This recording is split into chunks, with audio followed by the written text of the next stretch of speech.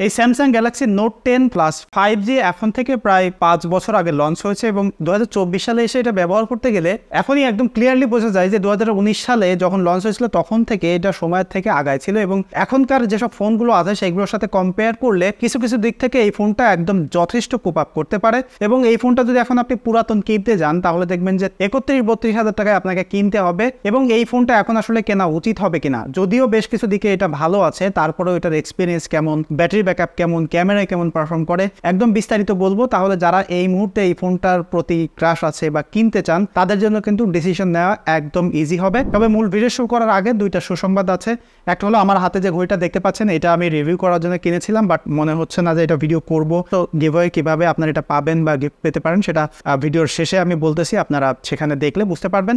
এবং আরেকটা হচ্ছে যে এই ফোন বা যে কোনো ব্র্যান্ডের ফ্ল্যাগশিপ ফোন যদি আপনারা কিনতে চান তাহলে MK মোবাইল পয়েন্টে কন্ট্যাক্ট করতে পারেন। তাদের শোরুমের ঠিকানা, ফেসবুকের লিঙ্ক বিস্তারিত এই ভিডিওর ডেসক্রিপশনে আমি দিয়ে দিচ্ছি, আপনারা চাইলে ঘুরে আসতে পারেন। তো এবার Samsung Galaxy note 10 plus 5G এই ফোনটা নিয়ে কথা বলি। তো প্রথমে এটার ডিজাইন নিয়ে ব্যবহার করতে যে আমার যে প্যারাটা হয়েছে সেটার কথা আগে আপনাদের একটু বলি। দেখেন, এখন আমি লাস্ট যতগুলো ফোন ব্যবহার করছি সব ফোনে পাওয়ার বাটন ছিল এই ডানে, বাট এই ফোনটার এই বাম সাইডে পাওয়ার বাটন, ভলিউম বাটন, যে কারণে এটা ব্যবহার করতে গেলে আমার মাসেল মেমোরি এইখানে পাওয়ার বাটনে ক্লিক করা হয়ে যায় অটোমেটিক্যালি, বাট এইখানে এটা পাওয়ার বাটন এবং এটা ধরে কোনোভাবে আসলে কমফোর্টেবল না। আপনাকে এই আঙ্গুলটা দিয়ে এটা আনলক করতে গেলে ক্লিক করতে হবে, সেটা আসলে একদম মানে কি বলবো যে বাজে একটা এক্সপিরিয়েন্স। তো এই ফোনটা ব্যবহার করতে গেলে এইটা আপনাকে প্রথমত কিছুদিন প্যারা খেতে হবে এবং পরে হয়তো আপনার অভ্যাস হয়ে যাবে, বাট স্টিল এটা কোনোভাবে রিলায়েবল না। তবে এইটার মানে ফোনটা ধরতে খুবই কমফোর্টেবল আছে। এটা অনেক বড় একটা ফোন। আপনি এটার ফ্রন্টে যে ডিসপ্লেটা দেখতে পাচ্ছেন 6.8 ইঞ্চি ডায়নামিক অ্যামোলেড ডিসপ্লে, খুবই সুন্দর। যেটা বলছিলাম যে এখনকার সময়ের সাথে কোপ আপ করতে পারে তার মেইন একটা কারণ সেটা হচ্ছে এটার ডিসপ্লে। এই যে ডিসপ্লেটা আপনি দেখতে পাচ্ছেন খুবই সুন্দর কালারফুল একটা ডিসপ্লে এবং কার্ভ ডিসপ্লে। এটা যে ব্রাইটনেস আছে এখন ডে লাইটে একদম ইজিলি ব্যবহার করা যায় এবং সিনেমা দেখতে গেলে বা কন্টেন্ট এনজয় করতে গেলে একদম বেস্ট একটা ডিসপ্লে এখনও আপনি বলতে পারেন। যদিও এই ডিসপ্লেতে হায়ার রিফ্রেশ রেট নেই, বাট HDR10 সাপোর্ট আছে এবং এইটা কিন্তু প্রোটেক্ট করতেছে গরিলা গ্লাস 6 এর প্রোটেকশন এবং খুবই ভালো একটা ডিসপ্লে। আপনি এই ফোনটা যদি কিনতে চান বা এই ফোনটা কেনার একটা প্লাস পয়েন্ট যদি আমি বলি বা ভালো দিক বলি তাহলে ডেফিনেটলি এইটার ডিসপ্লে। এবং এই ফোনটার একদম উপরে এই যে আপনি এখানে একটা ক্যামেরা কাট আউট দেখতে পাচ্ছেন, এখানে কিন্তু 10 মেগাপিক্সেল একটা সেলফি ক্যামেরা আছে এবং সাথে এটা ফেস আনলকও কাজ করে। তবে একদম প্রপার লাইট বা পর্যাপ্ত ফেসে লাইট না থাকলে এটা কাজ করে না, সো এটা রিলায়েবল না। তবে এই ফোনটার নিচের দিকে এখানে একটা আলট্রাসনিক ফিঙ্গারপ্রিন্ট আছে। তবে এই যে ফোনটা আমি ব্যবহার করতেছি এইটাতে ফিঙ্গারপ্রিন্টের সমস্যার কারণে এটা আমি সেট আপ করতে পারিনি, বাট আমার এক্সপিরিয়েন্স থেকে বলতে পারি ফিঙ্গারপ্রিন্ট আলট্রাসনিক স্যামসাংয়ে যেটা আছে, যে ফোনেই আছে, একদম বেস্ট ইন্ডাস্ট্রি লিডিং এবং এইটার এক্সপিরিয়েন্স খুবই ভালো হয়। তবে এই আলট্রাসনিক ফিঙ্গারপ্রিন্টের যে প্রবলেমটা হয় এই ফোনগুলো ব্যবহার করলে সবসময় স্ক্রিন প্রোটেক্টর যে কোনো একটা লাগাইতে হয় না, ভালো স্ক্রিন প্রোটেক্টর লাগাইতে হয়, আদারওয়াইজ ফিঙ্গারপ্রিন্ট কিন্তু ইজিলি বা ভালোভাবে কাজ করে না। সেটা এই স্যামসাংয়ের ফোনগুলোতে একটা ইস্যু আপনি বলতেই পারেন।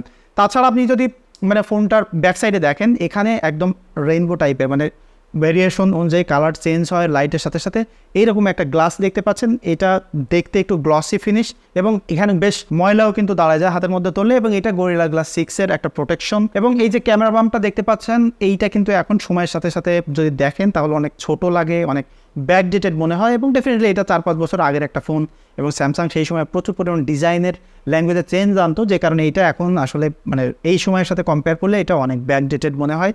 এবং এখানে 3টা ক্যামেরা সেন্সর আছে, একটা টাইম অফ ফ্লাইট সেন্সর আছে, এগুলো বিস্তারিত আমি পরে বলতেছি ক্যামেরা সেকশনে। তাছাড়া যদি আপনি ফোনটা মানে হাতে ধরেন তাহলে এত বড় একটা ফোন তারপরেও একদম সুপার কমফোর্টেবল লাগবে। তার কারণ হচ্ছে এইটার যে সাইডগুলো না খুব কার্ভ ফিনিশ এবং এই যে ছোট্ট একটা ফ্রেম দেখতে পাচ্ছেন ফোনটার, এটা কিন্তু অ্যালুমিনিয়ামের ফ্রেম এবং এই যে ফোনটার ডান সাইডে দেখতেছেন এখানে একদম ভেরি ক্লিন একটা লুক রয়েছে।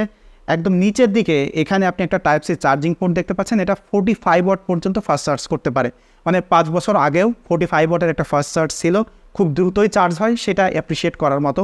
তাছাড়া এখানে আপনি একটা স্পিকার সেটআপ দেখতে পাচ্ছেন, এটাতে লাউড স্পিকার, স্টিরিও স্পিকার আছে, খুবই সুন্দর সাউন্ড প্রডিউস করে এবং এখানে একটা স্টাইলাইজ দেখতে পাচ্ছেন, এইটা দিয়ে বেশ কিছু জায়গায় আসলে কাজে লাগে, লেখালেখি করা যায়, নোট ইউজ করা যায়। তবে এটা আমি পার্সোনালি অত বেশি ইউজফুল মনে করি না, অনেকের কাছে এটা ভালো লাগে এবং সেই সময় নোট সিরিজের কিন্তু এটা একটা ফিচার ছিল যেটা এখন আলট্রা সিরিজে এসেছে।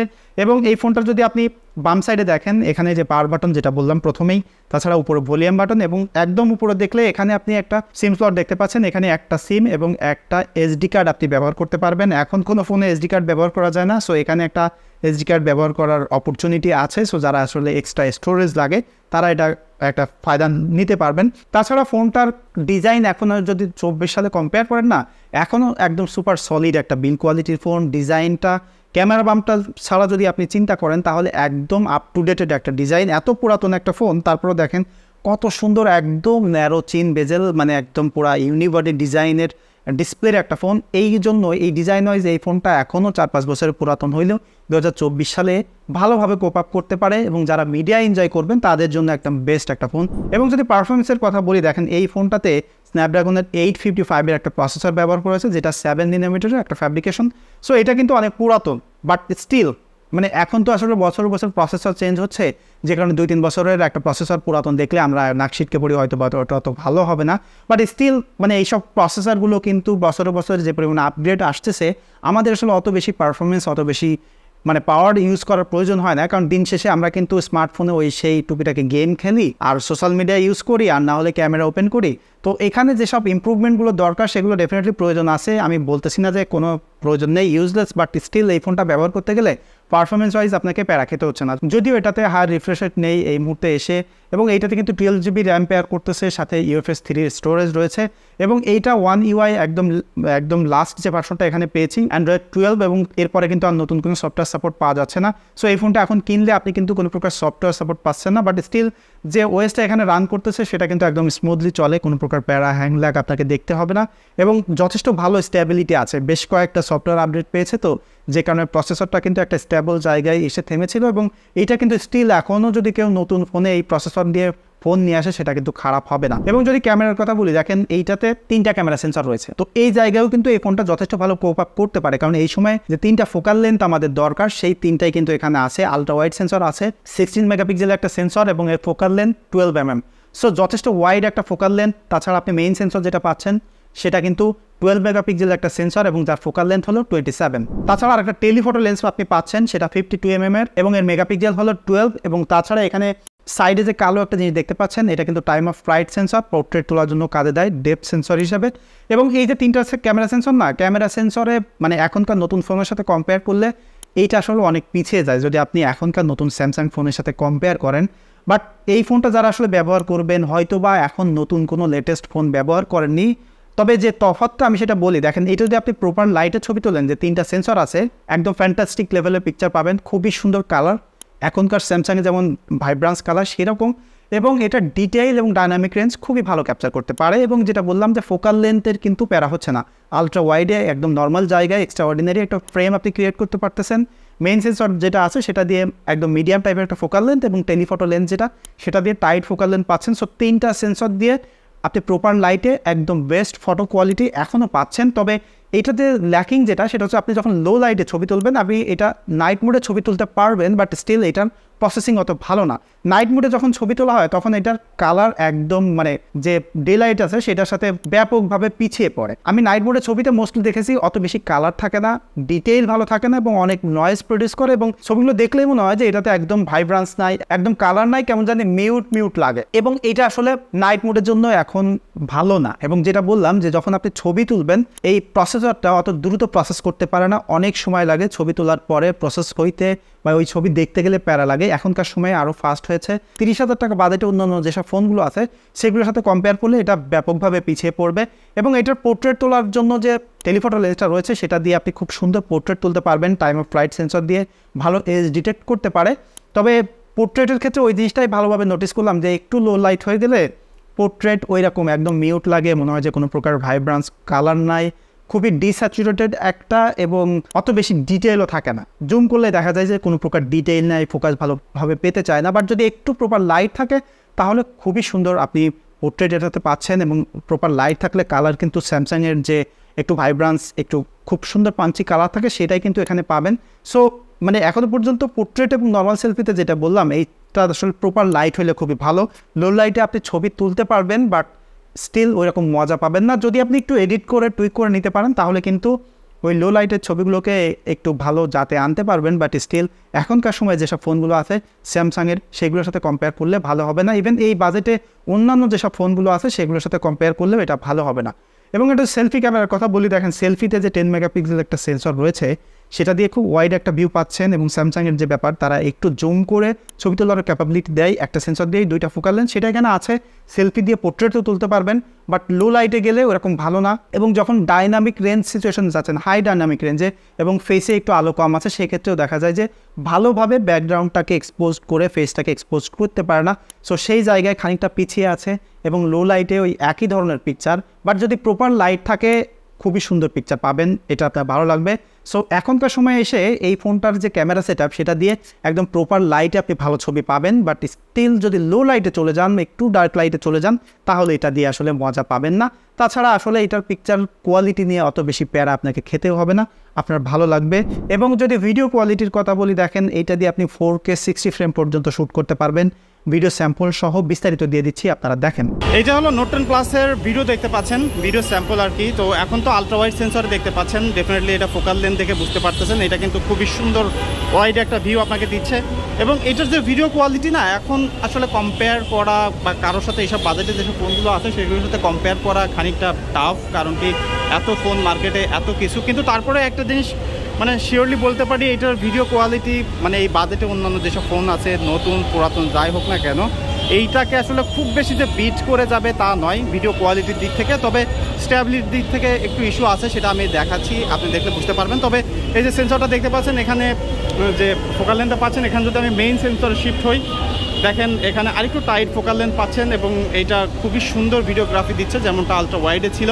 এবং এই যে সেন্সরগুলো আছে না, 3টা সেন্সর, এই 3টা সেন্সর দিয়েই আপনি 4K 60 ফ্রেম পর্যন্ত সিমলেসলি শ্যুট করতে পারবেন না, তবে 30 ফ্রেমে ইজিলি শ্যুট করতে পারবেন, যে কারণে আমি 4K 30 ফ্রেমে শ্যুট করতেছি। তো এখানে যে জিনিসটা আমি দেখেছি ভিডিওগ্রাফিতে, সেটা হচ্ছে যে স্টেবিলিটি আসলে অতটা ভালো না, তবে এটা আপনি সুপার স্টেডি করে ভিডিও করতে পারবেন। সেক্ষেত্রে হবে কি, আপনি আলট্রা ওয়াইড এবং মেইন সেন্সরে শ্যুট করতে পারবেন, অর্থাৎ টেলিফটো লেন্স যেটা এখন দেখতে পাচ্ছেন, সেটা আপনি একদম স্টেবল ফুটেজ পাবেন না। দেখেন আমি হেঁটে গেলে এখানে বেশ কাঁপাকাঁপি আসছে। তো স্টেবিলিটির দিক থেকে এখানে মিসিং থাকলেও ওভারঅল মানে সব ধরনের ফোকাল লেন্থ কিন্তু আপনি কভার করে ভালো ভিডিওগ্রাফির এক্সপিরিয়েন্স পাবেন হোপফুলি। এবং তাছাড়া এটা 2019 সালের ফোন হলেও 2024 সালে এসে কোনো প্রকার ফিচারে এখানে মিসিং নাই। আপনি এটা দিয়ে পোর্ট্রেট ভিডিও দেখতে পারবেন, করতে পারবেন, সেটা ডেফিনেটলি আমি দিয়ে দিচ্ছি। তাছাড়া সেলফি ক্যামেরার স্যাম্পল দিয়ে দিচ্ছি। এবং আমি যেখানে আসি এখানে কিন্তু অনেক শব্দ হচ্ছে, তো এখানে সাউন্ড কেমন ক্যাপচার করে সেটাও একটা দেখে ফেলতে পারবেন আপনারা। সো ওভারঅল এই যে 3টা সেন্সরের যে ভিডিও স্যাম্পলগুলো আমি এখানে দেখালাম, হোপফুলি আপনারা একটা আইডিয়া পেলেন। এটা হলো এটার সিনেম্যাটিক মুডের ভিডিও, এটা অনলি ফুল এইচডিতে শ্যুট করা যায়, তবে এটার এজ ডিটেকশন আসলে ভালো না। আপনি এই সাবজেক্টগুলো দেখলে বুঝতে পারতেছেন, দেখেন সাইড থেকে বিল্ডিংগুলো বা মাঝে মাঝে আসলে ক্লিয়ার দেখা যাচ্ছে, অর্থাৎ এজ ডিটেকশনটা ওরকম স্মার্ট না, যতটা হয়তো বা মোবাইলে আপনারা ওরকমভাবে বুঝতেও পারতেছেন না। তবে একটা জিনিস মাথায় রাখবেন, এটা থেকে আসলে ভিডিও বা পিকচারে ওরকম হাই হোপ রাখা যাবে না। বাজেট ওয়াইজ এটা ভালো, তবে নট দ্য বেস্ট। তবে সিনেম্যাটিক মুডের ভিডিও এইসব বাজেটে যেসব ফোনগুলো পাচ্ছেন সেইগুলোর সাথে কম্পেয়ার করলে এটা স্টিল কোপ আপ করতে পারে, তবে নট দ্য বেস্ট যেটা বললাম। এবং এটা হলো ফোনটার সেলফি ক্যামেরার ভিডিও। তো এখানে যে ফোকাল লেন্থটা দেখতে পাচ্ছেন সেটা কিন্তু যথেষ্ট ওয়াইড আছে, এভাবে হাত সোজা করলে কিন্তু আমি ফ্রেমে খুব ভালোভাবে এটে আছি। সো সেই দিক থেকে আসলে খুবই ভালো। এবং এটাতে কিন্তু সর্বোচ্চ আপনি 4K 60 ফ্রেম পর্যন্ত শ্যুট করতে পারবেন।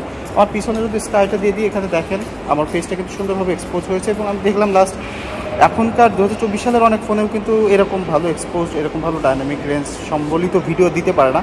তো সেই দিক থেকে এটা খুবই ভালো একটা জিনিস। এবং মানে যেটা বললাম যে এত পুরাতন একটা ফোন এখনও কিন্তু যথেষ্ট ভালো ভিডিওগ্রাফির এক্সপিরিয়েন্স আপনাকে দিচ্ছে। আপনি across all the sensor 4K 60 frame shoot করতে পারতেছেন। এবং আমি যেখানে আছি সেখানে আসলে অত বেশি সাউন্ড নাই, খুবই নিলিবিলি একটা জায়গায়। সো এখানে সাউন্ড কেমন ক্যাপচার করতে পারে। এবং আরেকটা জিনিস দেখার বিষয় হচ্ছে কি, এত পুরাতন ফোনগুলোতে এরকম স্টেবিলিটি ভালো থাকে না। সো এই যে আমি হেঁটে যাচ্ছি নর্মালি ফোনটা এভাবে সোজা করে ধরে, তো এখানে স্টেবিলিটি কেমন। এবং আমি কিন্তু মোটামুটি লো লাইট থেকে সানলাইটে যাচ্ছি এবং একটু লাইট শিফটিংও এখানে হচ্ছে। সো সেখানে আসলে কীভাবে লাইটটাকে এক্সপোজারটাকে মেনটেন করতেছে সেটা ফুলি ছোট্ট একটা ভিডিওর মাধ্যমে আপনারা এখানে দেখে ফেলতে পারলেন। হলো নাইট মোডের ভিডিও, অনেকে রাতের বেলা ভিডিও দেখতে চেয়েছিলেন বা বলেছিলেন, যে কারণে একটু দিয়ে দিচ্ছি। আপনারা দেখেন রাতের বেলা আসলে খুব বেশি ভালো ভিডিও কোনো ফোনেই আমি তেমন পাই না। এবং এখানে আসলে একই অবস্থা, খুব নয়েজ আসে। এবং ওভারঅল এমনি আপনার স্টেবিলিটি দেখেন, শেক কীভাবে কেমন কী আসলে হ্যান্ডেল করতে পারে সেটা দেখেন। তবে রাতের বেলার ভিডিও নিয়ে হাই হোপ রাখার কিছু নাই, আসলে প্রপার লাইট ছাড়া কোনো ফোনে আসলে আমি এখনো পর্যন্ত ভালো ভিডিও পাইনি। তো এইবার আসি যে এই ফোনটার ব্যাটারি এক্সপিরিয়েন্স কেমন। দেখেন এই ফোনটাতে 4300 মিলিঅ্যাম্পের একটা ব্যাটারি ব্যবহার করা হয়েছে, ফাস্ট চার্জ রয়েছে, ওয়্যারলেস চার্জ রয়েছে, সো সব ধরনের ফিচার কিন্তু এখানে আছে। তবে যে জিনিসটা ড্রব্যাক আমার কাছে মনে হয়েছে এই ফোনটার, এটা এত বড় একটা ফোন, 4300 মিলিঅ্যাম্পের একটা ব্যাটারি, তবে 4300 মিলিঅ্যাম্পের ব্যাটারি কিন্তু সাইজ একদম কম নেয়, বাট প্রসেসর সেটা আমি যেটা বলছিলাম যে আপগ্রেড, এখন নতুন নতুন বছর প্রসেসর আসলে যে সুযোগ সুবিধা থাকে তার মধ্যে একটা হলো এফিসিয়েন্সি। তো এই যে প্রসেসরটা, সেটার এফিসিয়েন্সি ওই রকম লেভেলের ভালো না এখনকার লেটেস্ট প্রসেসরগুলোতে যেমন, সেই হিসেবে এটার ব্যাটারি ব্যাকআপ আসলে ভালো না। এটা আমি হেভি ইউজ করে 3.5 ঘন্টা স্ক্রিন অন টাইম পেয়েছি, বাট যদি অ্যাভারেজ টাইপের ইউজ করি, লাইক ইউটিউব ভিডিও দেখেছি, ক্যামেরা খুব বেশি হেভি ইউজ করিনি, তাহলে আমি প্রায় 4 ঘন্টা অর্থাৎ 3 ঘন্টা 50 মিনিট মতো স্ক্রিন অন টাইম পেয়েছি হাইয়েস্ট। সো এই ফোনটা ব্যবহার করলে যারা আসলে হেভি ইউজার তাদের জন্য আসলে রিকমেন্ডেড না, বাট যদি আপনি অফিসিয়াল হন, বাসায় থাকেন বেশি সময়, তাহলে এই ফোনটা আপনি নিতে পারবেন, কারণ একটু চার্জ দিয়ে নিতে পারবেন ফাস্ট চার্জ করে। সো 2024 সালে এই সময় এসে আসলে ফাইনালি যে কারা এই ফোনটা কিনবেন, দেখেন আপনি যদি মিডিয়া এনজয় করতে চান, ইউটিউব ভিডিও দেখতে চান এবং ডিসপ্লেকে প্রায়োরিটি দিয়ে একটা ফোন কিনতে চান, তাহলে ডেফিনেটলি এটা আপনি কিনতে পারেন। বাট আপনি যদি মনে করেন যে হেভি ইউজার, আপনি অনেক বেশি ক্যামেরা, অনেক বেশি লো লাইটে ফটোগ্রাফি করবেন এবং সাথে সাথে আপনার ভালো চার্জ ব্যাকআপ দরকার, তাহলে কিন্তু এটা ভালো হবে না। তাছাড়া এই ফোনটা যদি আপনারা কেউ ব্যবহার করেন, তাহলে আপনাদের এক্সপিরিয়েন্সটা শেয়ার করবেন। এবং যেটা আমি বলছিলাম যে আপনাদেরকে একটা ঘড়ি গিফট করতে চাই আমি, সেটা হচ্ছে যে এই যে অ্যাপেলের ক্লোন যে ঘড়িটা, এটা আমি কিনেছিলাম রিভিউ করার জন্য, বাট ফাইনালি আমার মনে হচ্ছে যে এটা আমি রিভিউ করবো না। সো যারা আসলে পার্টিসিপেট করতে চান, খুবই সিম্পল, এই ভিডিওতে কমেন্ট করেন এবং আগামী 4 দিনের মধ্যে আমি যে কোনো একজনকে লাকি যে হবে তাকে কমেন্টে রিপ্লাই দিয়ে আপনাদের ঠিকানায় আমি আসলে বইটা পাঠিয়ে দিব। সো দেখা হচ্ছে পরবর্তী ভিডিওতে, সে পর্যন্ত সবাই সুস্থ থাকবেন, ভালো থাকবেন, ধন্যবাদ সবাইকে।